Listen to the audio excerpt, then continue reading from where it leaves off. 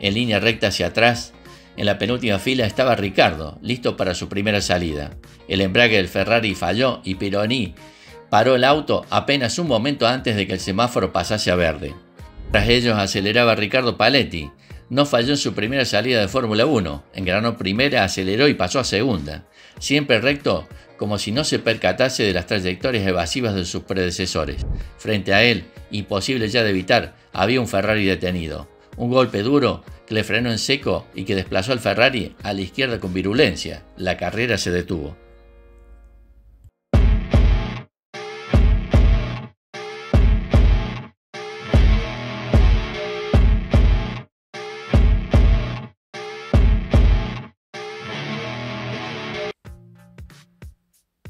Riccardo Paletti fue un piloto de automovilismo italiano. Participó en 8 grandes premios de Fórmula 1, clasificando solo en 3 de ellos, con el equipo Osella, al cual se unió como segundo conductor, aportando sus propios fondos tras sus éxitos en categorías inferiores.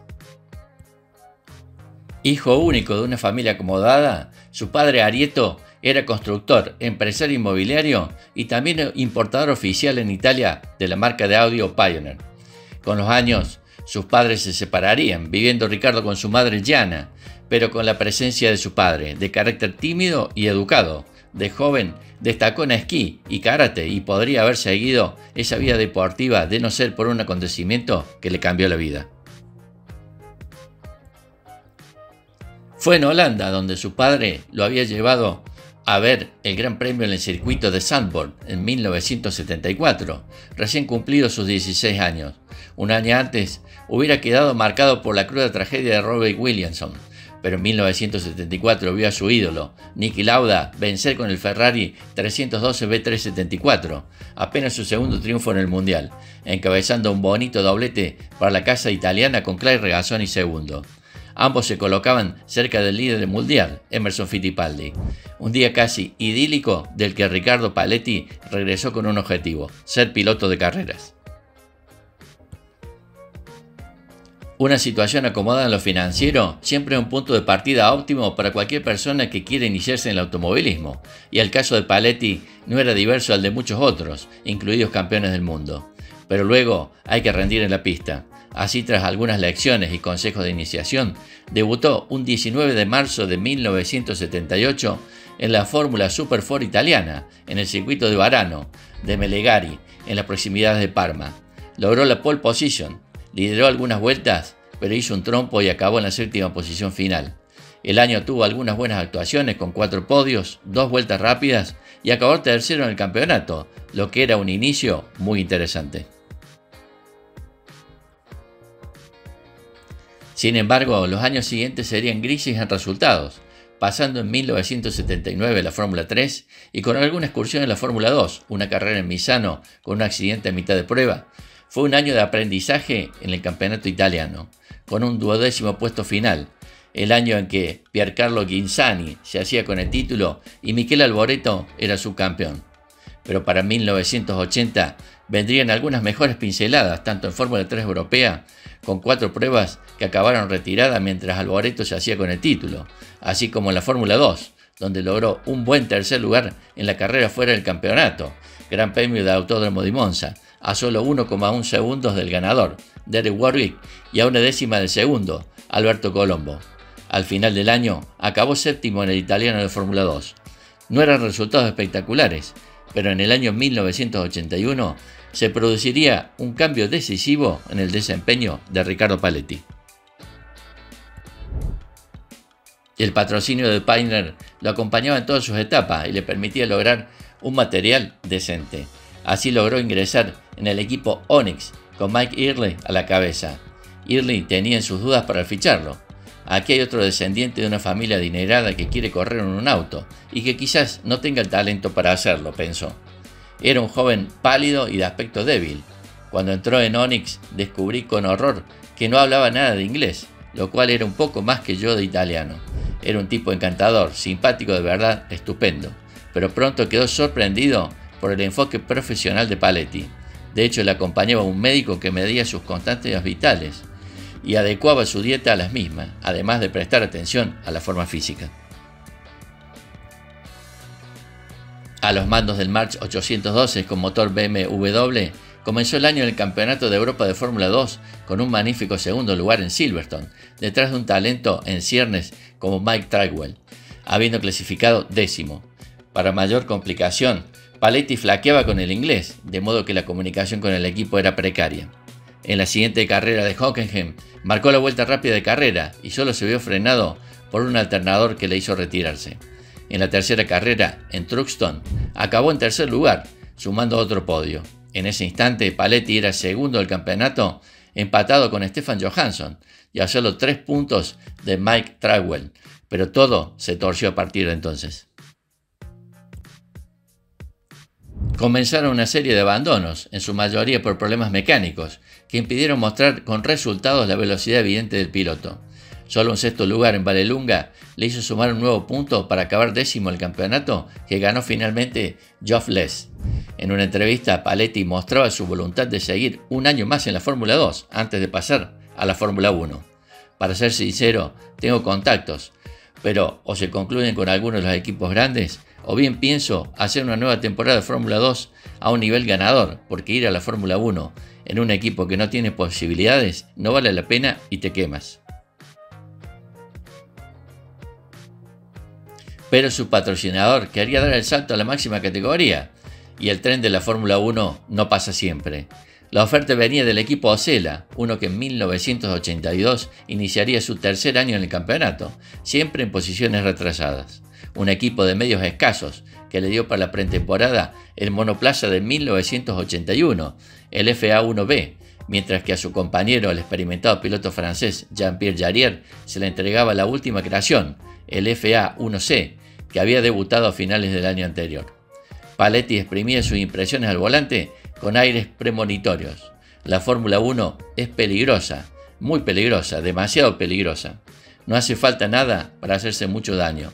Son demasiado rígidos y con un reglamento engañoso que no queda claro por qué se hicieron. El auto salta por todos lados. Es un gran esfuerzo físico. Después de 15 vueltas preferí parar porque me dolían los riñones. Si creo que se deben dar 90 vueltas en un circuito como este, no sé cómo terminaré una carrera. Pero su meta siempre era realista. Mi objetivo es clasificarme para el mayor número de carreras posibles.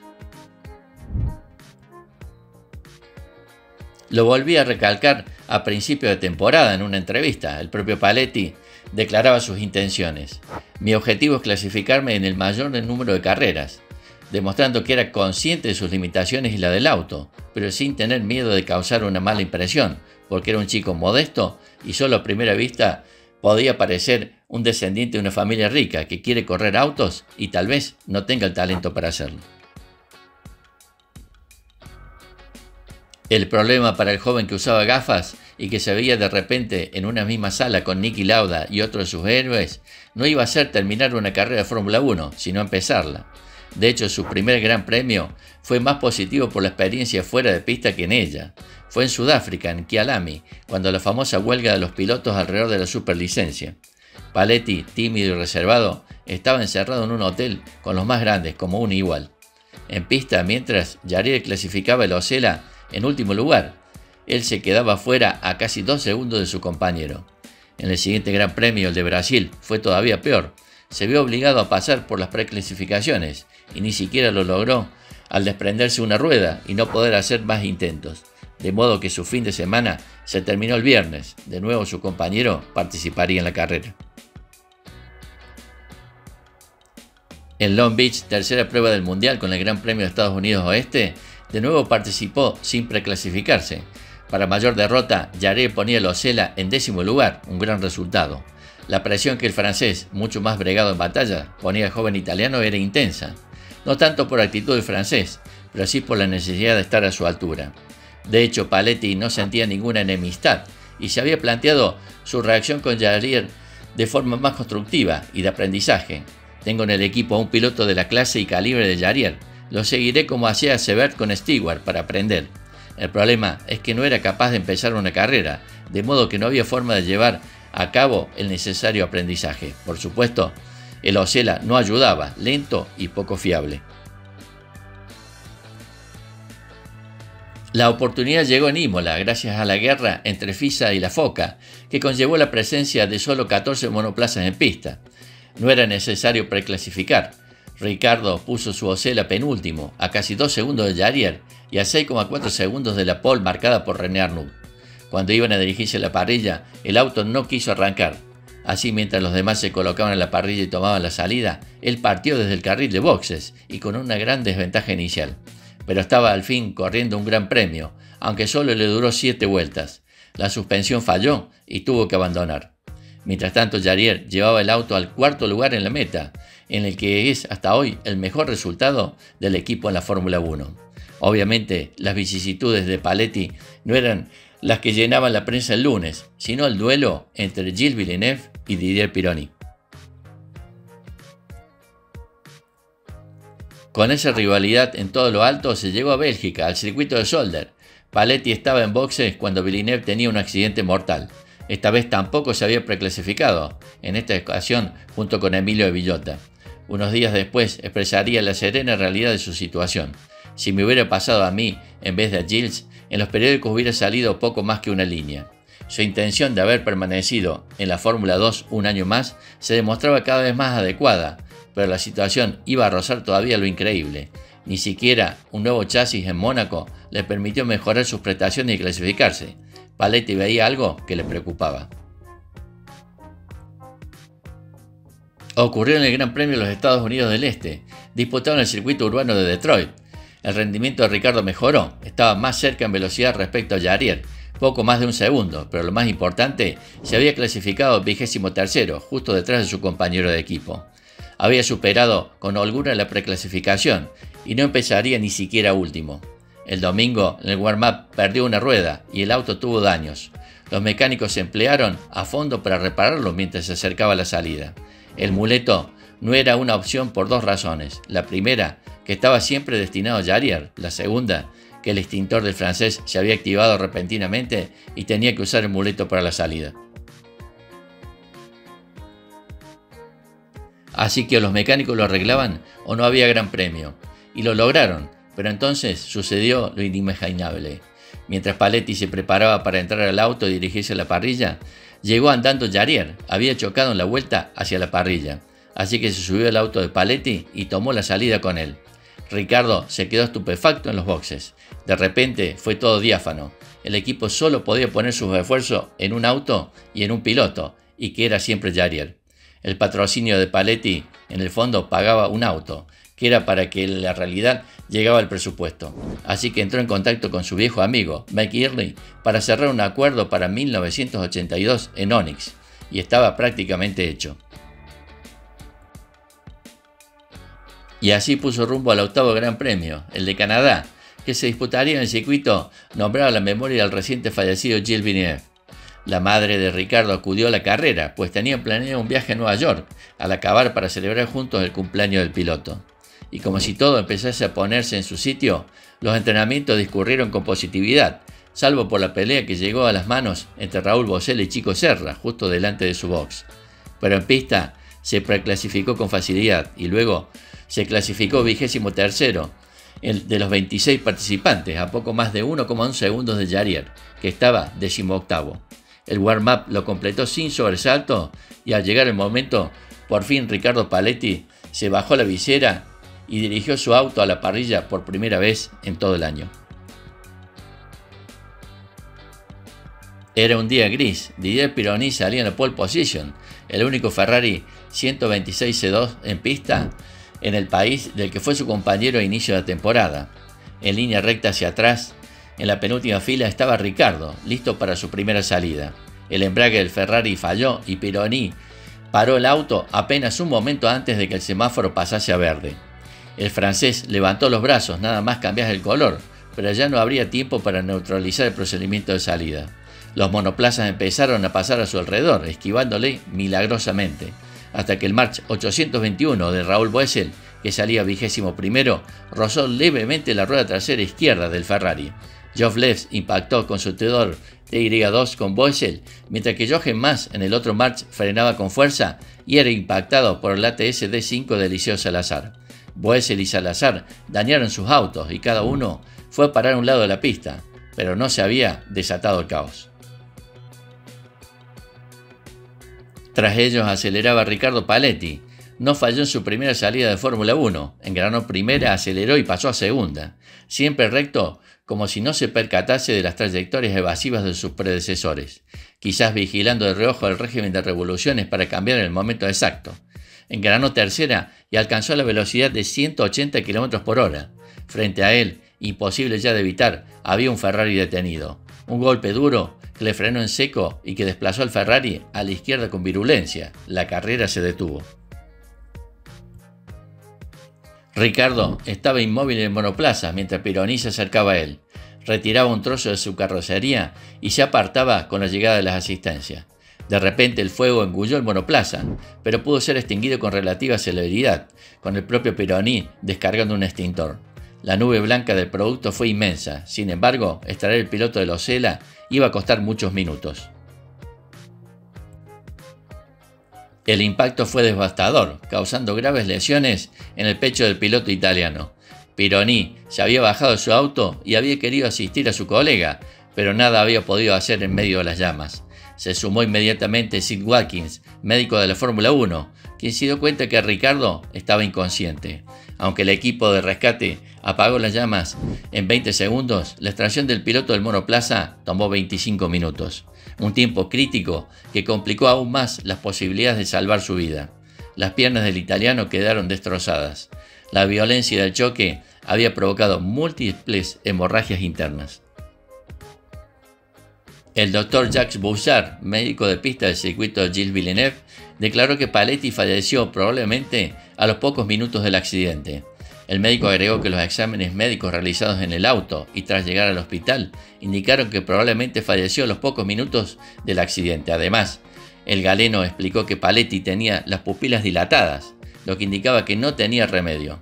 Sentíamos un pulso muy leve y por ello aplicamos todos los procedimientos médicos hasta llegar al hospital.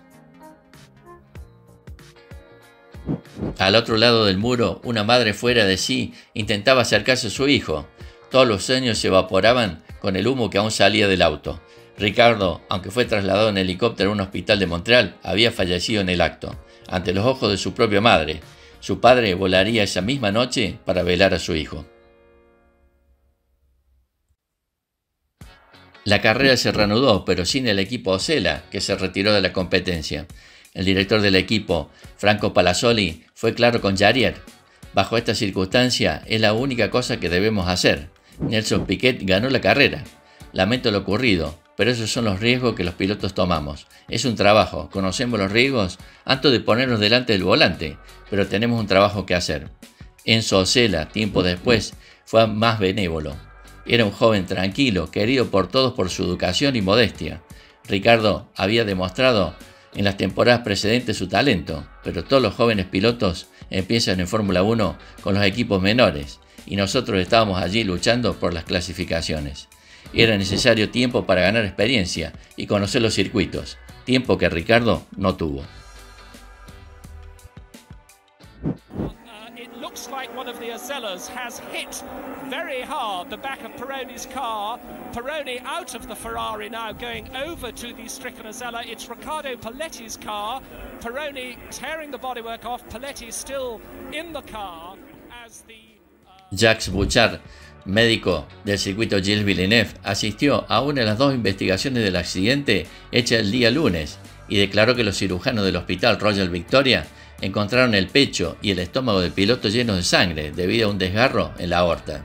Incluso si lo hubieran operado en la pista, no se habría podido salvar, sentenció Bouchard, quien informó que las heridas iniciales, que incluían una aorta desgarrada, eran tan graves que incluso una intervención inmediata no habría cambiado el desenlace. Paletti fue declarado muerto al llegar al hospital. En tanto, Derek Ongaro, inspector de seguridad de la FIA y responsable oficial de la largada de la carrera, afirmó que la reacción de los equipos de bomberos y rescate fue muy rápida, llegando al lugar del accidente en tan solo 18 segundos. No se puede criticar nada de lo ocurrido en relación a la operación de rescate. Por su parte, el inspector de la FIA, Gabriel Kadriger, quien también asistió a la investigación técnica, afirmó que un estudio de los restos mostró que el motor de Paletti giraba a 10.500 revoluciones, lo que indica una velocidad de más de 193 km por hora cuando impactó al Ferrari. La parte delantera del auto quedó completamente destrozada. Estaba tan cerca de Raúl Boesel que no tuvo tiempo suficiente para reaccionar, o su reacción fue demasiado lenta, declaró. Recordamos unas declaraciones de Ricardo, que decía: no tengo muchos amigos, y hacer deporte es una forma de acercarme a otras personas. El automovilismo es un mundo extraño, pero cuando estoy en el cockpit todo parece maravilloso y me siento feliz. Esa felicidad se puede ver en las fotos que quedan del piloto milanés, con un brillo en sus ojos que sus gafas no pueden ocultar. Hoy el circuito en el que debutó lleva su nombre.